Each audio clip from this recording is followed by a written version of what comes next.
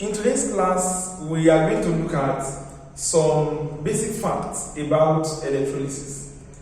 What we call electrolysis, the term electrolysis itself, electrolysis, is gotten from a combination of two words.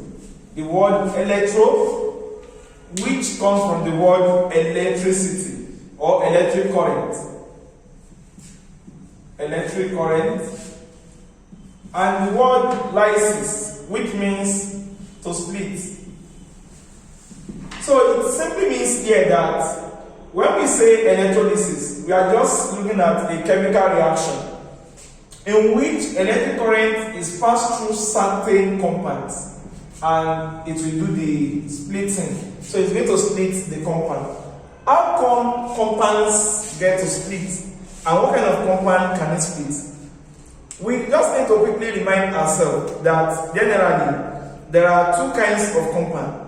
Some are polar, while some are non-polar. When I say polar in science, I mean the presence of a positive pole and presence of a negative pole. Any compound having positive and negative pole is said to be a polar compound. And most times, compounds that are polar, they are mostly electrovalent compounds. So therefore, we now believe that whenever we pass electric current through this solution, they tend to split. But will it only be their solution? No. A compound like this, how do we even form the compound? Number one, if you look at your periodic table, any element that occur between group 1 and group 3 in the periodic table, it means that that electron is having that element is having one electron in the outermost shell. If you are having one electron in the outermost shell, you belong to group 1. When you have 2 electrons, you are in group 2. If you have 3 electrons, you are in group 3. But remember that every shell must have 8 electrons. In the outermost shell, they must always have 8 electrons. So if I have 1, that means I need 7. Well, I need to tell you that it's difficult for this guy to get 7. So what the guy is going to do is to lose the 1. Then what about the person having 2? He's going to need 6. So he will also lose. Anybody having 3 will need how many? 5 more. He's going to lose. So this is why we believe that elements in group 1, group 2, and group 3, they always lose electron. But remember that the number of electrons in any atom must be equal to the number of protons. If you remember, electrons are negative and protons are positive. If the numbers are equal, it means that an atom must be electrically neutral. So that means that if I am having 1 electron in the outermost shell and I lose it, for instance, element like sodium that is having 11 protons and is also having 11 electrons. If I do this subshell notation, I'm going to get 2,8,1, and this element will lose the 1 electron. If I lose 1 electron, it remains how many? 10. 10 electrons, 11 protons. Who do you think is more? Proton by how many? By 1. Therefore, sodium becomes Na+, sodium ion. Do not say sodium ion. It is not ion, it is pronounced ion. So Na+ is sodium ion, it is positively charged. Why? Because whenever you lose electron, your proton, the number of your proton will exceed the number of the electron. And automatically you become positively charged. Then, what do we think again about our elements that belong to group 4 in the periodic table? If you belong to group 4, that shows that you are having 4 electrons in your outermost shell. And if you have 4, are you going to lose that 4 to who? Somebody else that is having 4? Will you gain 4 from somebody else that is having 4 as well? No. What you do is like you have 40,000 naira and I have 40,000 naira and Nigeria to London is 80,000 naira.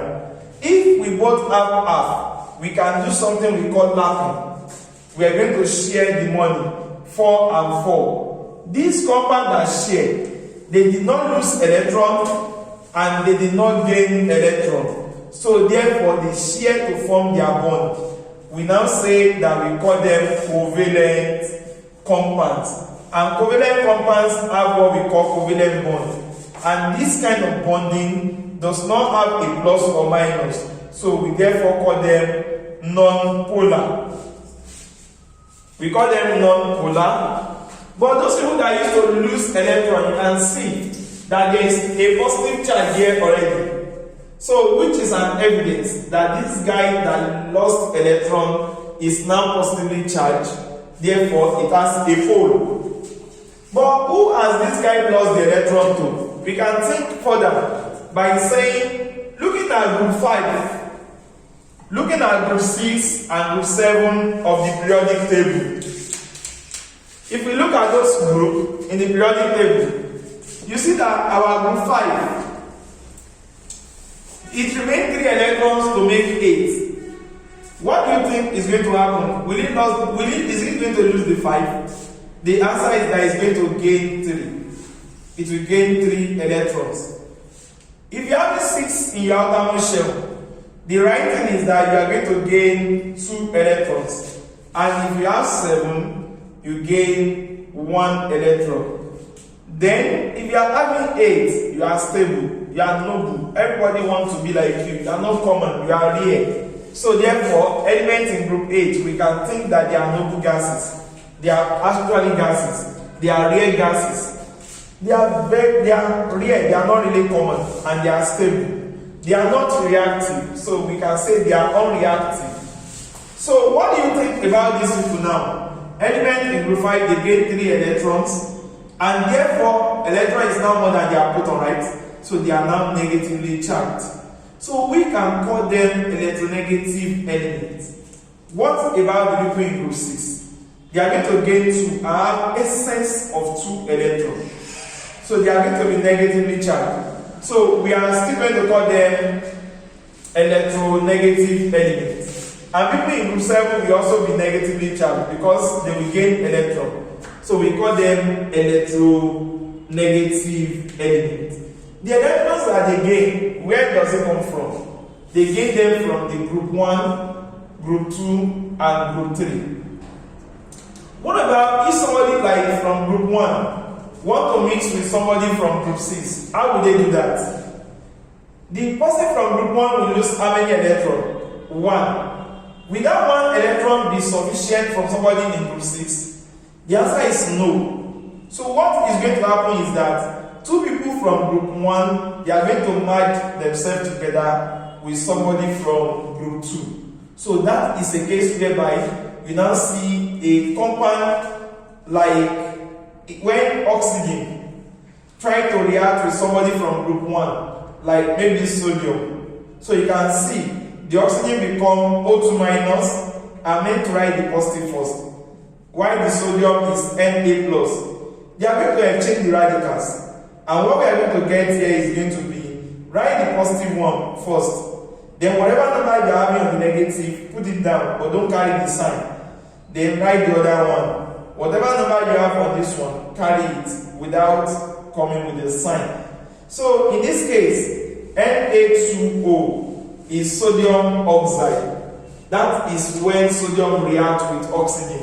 You can see clearly from here that this shows that there are 2 sodium for every 1 oxygen. Why? Oxygen needs 2 electrons. Sodium have 1 electron. If 1 sodium gives 1 oxygen, it's not enough. So 1 other sodium needs to come and give him the remaining 1. So a compound like this is said to be ionic. A compound like this is said to be polar compound. A compound like this is said to be electrovalent compound. So there are 2 names for a compound whereby there is actual transfer of electron from the elements that are electropositive to the elements that are electronegative. Whenever there is actual transfer of electron from one element to another, or from one atom to another, a kind of bond that will form is said to be ion, because ions will be formed. So we can call it ionic bond.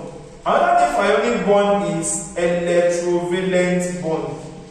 And this bond, because they have plus and minus, we do say they are polar in nature. So these are the kind of compound that we are interested in under electrolysis. Because without this ion, there won't be anybody to carry the electricity that we are talking about. So generally, we believe that every compound that we have in nature, let's start from sodium chloride to any kind of compound that there is element from group 1, group 2 or group 3, and there is element from group 5, 6 and 7, not the one that we form with element from group 4. This kind of compound, we do say they are electrovalent compound or they are ionic compound in most cases. But in the case of covalent compounds that are polar, we can also have them. Let's look at this element that we call hydrogen, for instance.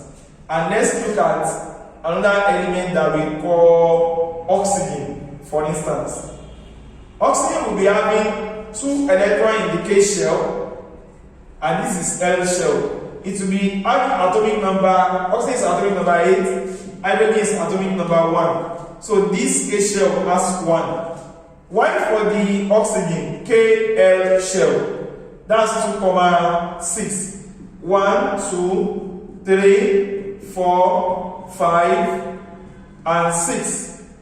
If one hydrogen come and form bond with this guy, what we are going to have is going to be this will move here, and then it's going to share that one electron. When we do the sharing of the electron, we expect neutral state because nobody has lost electron and nobody has gained electron. But you can see that hydrogen is very, very small, while sodium is very, very big. Oxygen is big. When a small boy shares something with you, a big person, imagine that your mommy is not around and we are sharing egg, you and your small sibling. What you can do is that you can cut this portion of the egg for him or her. And when your mommy comes, he will claim that we shared the egg. Partially, you ate all. You didn't share. Since you have eaten all, like almost all, actually, yeah, the same thing, we can compare exactly what you have done to how this big oxygen will treat the small hydrogen. It's going to collect almost all this electron to himself and leave only small portion of the electron to sodium. Like in between these two, there are sharing electrons. In between this and this, they are sharing the electron. The electron should stay at the middle so that we still maintain our neutral state. But oxygen, as the big boy, drags majority of the electron to himself, leaving the hydrogen stranded. So the hydrogen is now like losing majority of its electron. So we believe that this hydrogen is partially positive, while the oxygen that took almost all the electron is partially negative. This compound is polar. And another hydrogen can also do the same thing here, partially positive, partially negative. So in this case, they are sharing electron. We call it covalent, right? Anytime they share electron. But this covalent is having partial plus and minus. So our belief is that the compound is polar and is covalent. So this is a case of polar covalent compound. And the kind of bond that this compound can easily form is what we call hydrogen bonding. Why? Because the bond used to occur between hydrogen and nitrogen, or hydrogen and fluorine, or hydrogen and oxygen. So that's what we have in ammonia, in NH3. So this compound has hydrogen bond, a polar covalent compound. What about in H2O? We also have a polar covalent compound. What about in hydrogen fluoride? We have a polar covalent compound. I believe you all know why I'm putting 3 hydrogen here. Because one hydrogen cannot do the group 5 sodium and nitrogen. Nitrogen is having atomic number 7, which is 2,5. So this guy requires 3 electrons to be okay. So 3 hydrogen have to satisfy him. 2 hydrogen have to satisfy oxygen in water. So that is why the compounds that we have here, they are covalent, but they are also polar. like this, that is covalent and polar, can do what we call electrolysis, because immediately we pass electricity through them, they are going to ionize. For instance, your water, which is H2O, is going to ionize to give us hydrogen ion plus hydroxy ion. So when you combine the two of them, they give you water again. So therefore, we now believe that anytime we talk about electrolysis, we are talking about the process whereby when we pass electric current through a certain solution that we call electrovalent compound, the electrovalent compound splits. So those compounds that can split, that we said they must be what? They must be polar. The compound don't just split unless we subject them to certain conditions. What condition do we subject them to? And what name should we call these compounds that can split, that can allow the passage of electricity? We have chosen to call them a name like this: electrolytes. And when we say electrolytes, our electrolyte can conduct electricity under two conditions. Number one, when we put them in water. Whenever you put your electrolyte in water, you know that this water simply means aqua in Greek. So therefore, whenever we put our electrolyte in water, we say they are in aqueous form. So that means that there is a condition before your electrolyte can even conduct electricity. When they are in aqueous form, they can conduct. Another condition would they be in aqueous form? When I put them in water, because this is the only condition for them to get ionized. The second condition is I can melt them. When you melt them, we do say they are in molten form. So the one that we melt, or the molten form, there is no water there. But the one that contains water is said to be in aqueous form. Your electrolytes now, let's do a critical analysis of what we call electrolytes. Our electrolytes can be divided into two. Based on something, that thing is degree of ionization. Look at the word ionization. Let's assume that these are sodium ion and these are hydrogen ion. Let's assume they are already merged together in this ionic or electrolytic compound. Let's now assume that when I put it in water, let me do another illustration. Let's assume that we are having 20 students in this class, and then the 20 of, let's say the 20 of them, we, as they are coming to the class, we ask them to bath, then we rub glue on them, then we ask them to walk. When they hug each other, they all stick together. After they stick together, you can see now they are not independent of each other. They are now together. We now pack them and put them in this class. Then I want to carry my pen from here to the next room. Then I ask them to come and carry it. You will see that there is none of them that can carry it because they are bound together. Nobody is free to move. They are not free. But what can I do to make them carry this pen from here to the next class? Is by breaking the bond between them. Is by releasing the bond between them. It's either I pour water on them so that the bond will be released and they will be free. But then if I do that, there are two things we now say we can do. Either you put them in water or you melt the bond between them. If I now melt the bond between them successfully, or I put it in water and the bond get relaxed, some of them might still not be released. For instance, I have 20 of them, I now release one or I release two. So how many people do you think can carry my electricity now? Or my whatever I want to carry? Just those two. So it means that only two are ionized. Others are not ionized. If I have 10 million, for instance, out of the 10 million, 5 are ionized.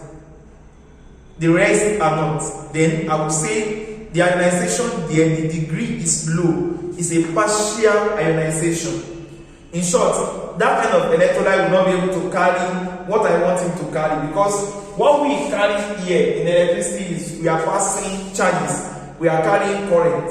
So if I have small ions, they are the only ones that will be able to carry the electricity.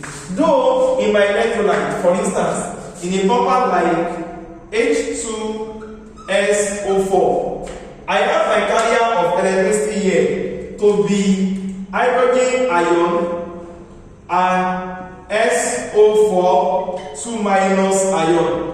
The ions are here, but the only problem is that in this crystal form, they are not free to move. But here, they are now free to move. It means the carrier of electricity in our electrolysis, or in liquid or in gas, they are actually free mobile ions. The ions that are free, they are the carriers of the electricity. Sodium chloride crystal does not conduct electricity. Why? Because the ions are not free to move. But immediately I put it in water, what will happen?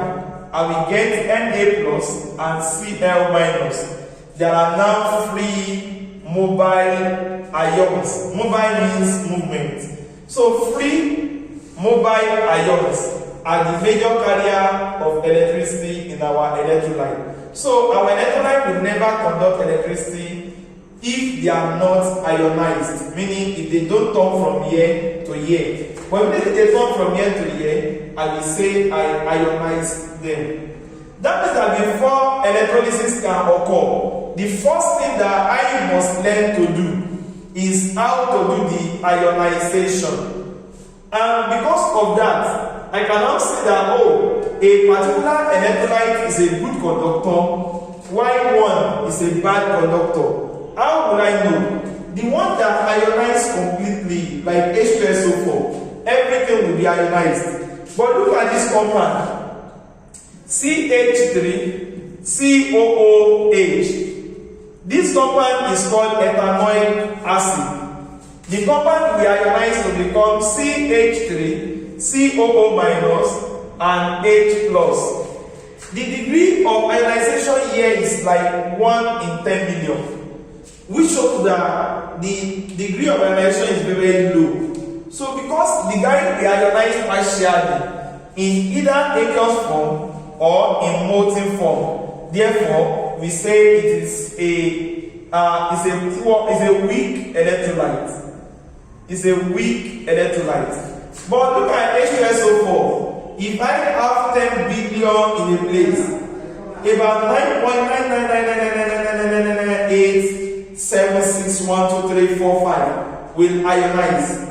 If all this large number ionize, I can say it ionizes completely in either aqueous form or in molten form. Therefore, it is a strong electrolyte. Therefore, I can now say clearly that based on what? Based on the degree of ionization, my electrolyte can be divided into how many? 2. 1, a weak electrolyte and a strong electrolyte. A weak electrolyte can be defined as the type of electrolyte that ionizes partially in aqueous form or in molten form, while a strong electrolyte can be defined as the type of electrolyte that ionizes completely in aqueous form or in molten form. So these are the two definitions that we give to our electrolyte. Look at this simple illustration here. In this container, let us make an assumption that we are having our CH3COOH here, and we want to carry electricity from this point X to this point Z, and we want these people to help us to carry them. Number one, they will ionize partially, right? If they ionize partially, I now have them their part. Like, look at this room. Let's assume it's a room. Let's say we are human beings and there are 2,000 of us occupying this room. We will not even be able to move at all. Despite that, when we ionize and we want to carry the electricity from here to here, because the place is too jam-packed, we will not be able to move. The carrier of the electricity will not be able to move properly. Therefore, if this place is too concentrated, the movement will be disturbed. But let's assume that the same place that 2,000 people stays, let's say we now put 20 people there. What do you think is going to happen? Whenever they carry whatever they want to carry, they will be able to move freely. Anywhere we are having small solute in this kind of large solvent, we call it dilute. So our electrolyte can be concentrated or dilute. If I dilute my electrolyte, the place will be free. There will be free movement for the ions. Therefore, all the ionized ions will be able to move freely in dilute solution. But in the case of where I have everywhere jam-packed, like 20 billion ions present in the same space, I am going to have the movement to be restricted, and I'm going to call that concentrated. You can see now that there are two conditions that determine the ability of a particular electrolyte to be a good conductor or a weak conductor. Number one, a strong electrolyte is a better conductor than a weak electrolyte. Organic acids are weak. So this one is better conductor and this one is a poor conductor. A strong electrolyte cannot be diluted or concentrated. It can be concentrated or it can be diluted. The better conductor of electricity out of diluted and concentrated form, that a dilute solution will conduct better than a concentrated electrolyte. So, but the best conductor here, so let's look at this illustration. Let's assume that we are given 1 molar HCl, of course, is a strong electrolyte. And let's assume that we are also given 0.5 or half molar HCl. Which of these two will be a better conductor? Number one, we check, is there any strong and weak? Both of them are strong electrolytes. So they pass that one. But then, what do you think about this guy? Concentrated than this, Abi? So this is the best conductor because it's dilute. Why this guy is concentrated? It's a bad conductor compared to this guy. So let me call this one A, let me call this one B. Then look at C. Let me use another illustration. Let's say I am working with 1 molar CH3, COOH, an organic acid. And I'm working with another one. I'm working with 0.5 molar CH3, COOH. Number one, you can see that here, concentration of A is high, and concentration of C is high. Concentrated electrolytes are bad, right? But before you look at that concentrated, sorry, let me just use this case. There was a story of a particular footballer. The guy has been playing ball and he has been ranking very low. Then the guy thought of it that he wished to be the best in the world. Then you know what the guy did? He actually did transgender. He turned himself to a female striker. Do you know the meaning? Among the best female striker, Aisha Toshuala, or whatever the name of the player can be, as far as he's a boy, he plays better than a girl in football. So by the time he joined female football, he became number 1 in the world. Remember, one Australian also did that in swimming. He's always ranking 1,000 plus in the world. But immediately he did transgender and became a female, he became the best in the world. So even you are better, you are the best in the world among female. So here, when we talk about dilute or concentrated, the first criteria that we check is that are you a boy or you are a girl first. Number one, we check are you a strong or you are a weak electrolyte. So here, no matter how concentrated HCl is a strong electrolyte. No matter how much you dilute your ethanoic acid, it's a weak electrolyte. So this guy is always ahead of these ones. So that means that the best conductor here is strong electrolyte, HCl. I will now check the concentration. Oh, the dilute one is the best. So this is the best conductor among the four. Followed by which one? Well, this guy too is dilute, but it's a weak electrolyte. So this is number 2. Even if it's concentrated, it's still a strong electrolyte. So then this guy cannot be number 3 because it's a weak electrolyte, but it's dilute compared to this one. This one is also, the two of them are weak electrolyte, so they will carry last. But who will still win among the two? Dilute. So this is the last one, the number 4. So this is all we need to understand about our electrolyte. Remember once again, our electrolyte must be a polar compound. Then our electrolyte can be weak or strong. Our electrolyte does not necessarily need to be an electrovalent compound. For instance, our ethanoic acid is not an electrovalent compound. It's a covalent compound. Remember, all organic compounds are covalent. But due to the presence of hydrogen bond that we have here, in short, we believe that this compound is having more ionic characteristic than acanol, ROH, because this guy can form what we call a dimer. Our ethanoic acid can form a dimer, like this is what I mean by that dimer.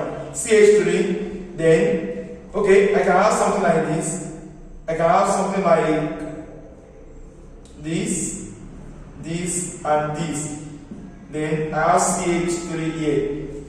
Remember, this is one ethanoic acid. It can form a dimer with another one. The hydrogen that is here for the other one, I will turn the other one around now. Like, I'm going to have something like this. CH3, then I will have something like this. I will have another carbon. Then I'm going to have a single bond to hydrogen, then to oxygen. Then dot dot dot. Then I am going to have a double bond to this oxygen. So this is what we call a dimer. Because our ethanoic acid can form this dimer, that is, they can actually form a stronger hydrogen bond than acanol. So that explains their higher polarity, their higher solubility in water. In short, they have everything better than this one when it comes to characteristics, their reaction with water, because of their ability to form a dimer. So in our next class, in the part 2 of this work, we are going to look at what we call electrolysis itself, how it occurs. Remember, there are just 3 things that we need to know. Number 1, before electrolysis can occur, there are 3 processes that must be followed. Number 1, there must be ionization. Number 1 is ionization.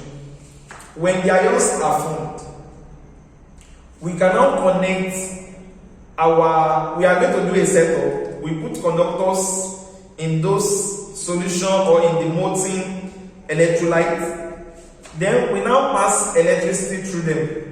When we pass electricity, the electrons that we put inside, they will become polarized now. One will become positive, one will become negative. Let me use a diagram to illustrate that.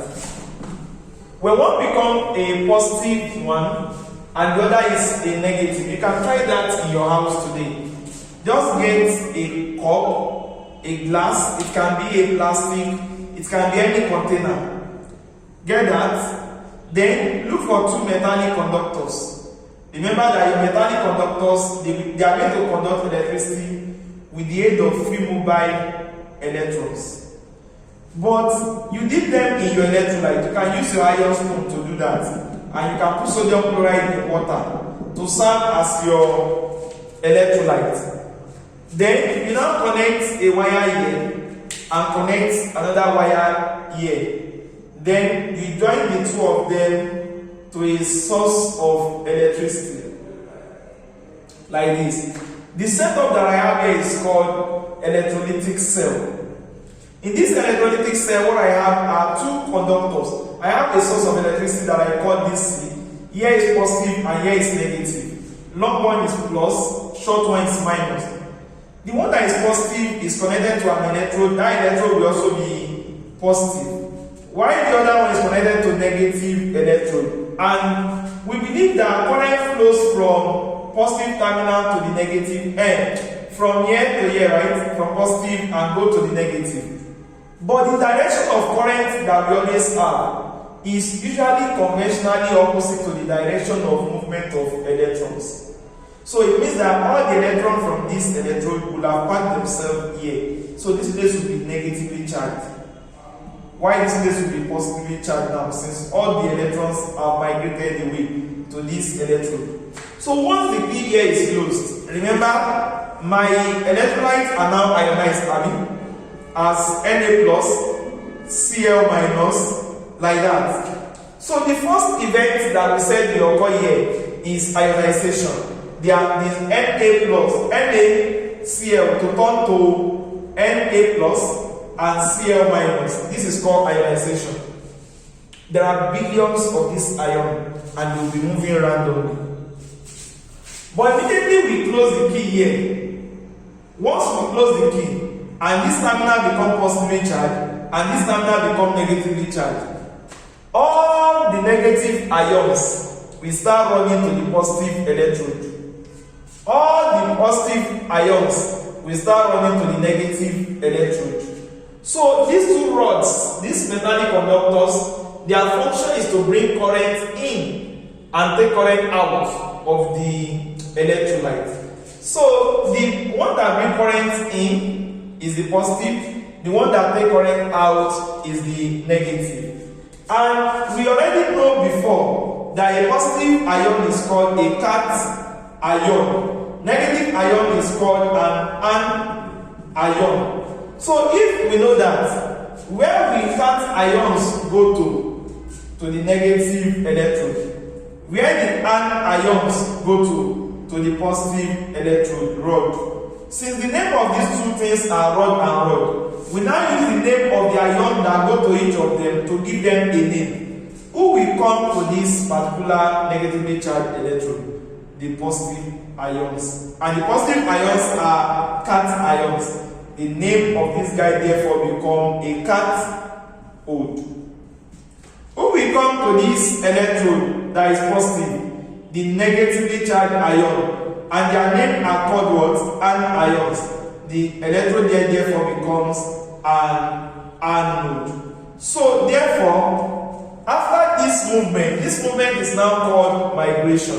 So once again, if you want to do electrolysis, the first event that occurs is ionization. After that, the billions of ions are moving randomly.